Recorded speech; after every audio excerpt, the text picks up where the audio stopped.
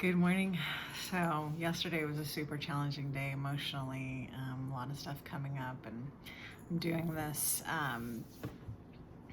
class, this energy class that is sort of kicking my butt in a lot of different ways. And what I found out is that it's so much better to just go ahead and feel all the feelings and allow them to happen and just be whoever you need to be in that moment, knowing that today's a new day. And as after I got a great night's sleep, it was a new day, and things look extremely better. Shout out to all the parents. It's been a super long summer.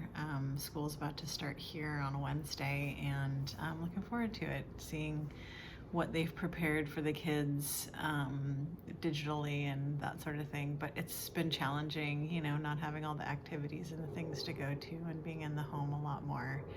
And I think it sort of just culminated with that, knowing that it's about to end and there's a jet going by. Anyway, so I was just allowed myself to have all the feelings and do all the stuff and spontaneously burst into tears and get angry and do all that. And what I recognize is that when I allow myself to do that, then I can move on. Otherwise, it's this like stuffing down of emotions and feelings, and that doesn't do anybody any good because it just comes back up again. And so I guess what I want to say is two things. One is feel all the feelings and get them out so that you don't have to carry them around and they don't have to be just off the surface and any little thing sets them off.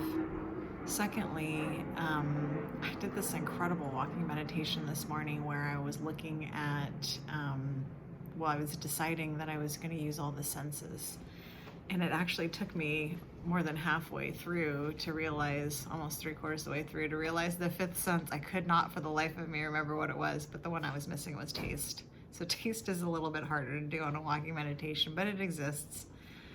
But what I did is I walked down the street and I felt the wind on my skin. I, took deeper breaths and smelled in whatever was happening. And I did this very deep focusing on everything I could see, whether it was the pebbles on the ground or pine needles or a beautiful flower or the white hairs inside the dog's ear or whatever it was. And what it allowed me to do is to stay totally present through the entire walk. And so I just, rather than get into my usual, or not my usual, but has been usual lately, this idea of thinking everything through and, did I make a good decision and how do I solve this situation? Instead of doing all of that, which I had gotten into my old habit of doing over the last few weeks because they've been a little bit challenging, I just was able to be peaceful. And so that's really the practice, is the, wanting to be in the moment. Everybody was always talking about that. And for years, it just seemed like an illusion to me. I just didn't really understand, how do I be in the present moment?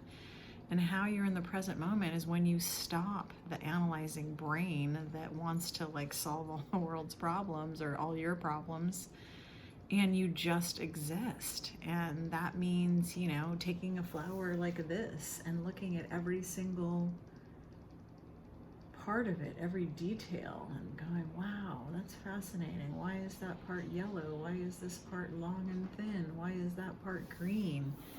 And just stopping all of the nonsense in the brain that just loves to go on and on and on about things, and just exist and be. It's super peaceful. It feels really good.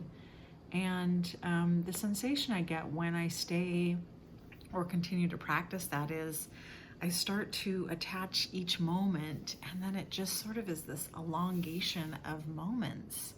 And that allows for peace to be in a lot more than the other. And the other, really, clearly there are things that we need solutions to certain things that are going on in our life, but to continuously think about them and think about them to death is really not an activity that, first of all, provides joy or any kind of really good experience. And secondly, oftentimes you know, we come up with these solutions and they're not always great or whatever they are. It's like, let's find the peace first, be in the moment first, have the slowing down first, and then look for the solution. I think the solution in that place is so much richer. Anyway, I don't know if any of that helped. I hope it did. I hope you have a beautiful day.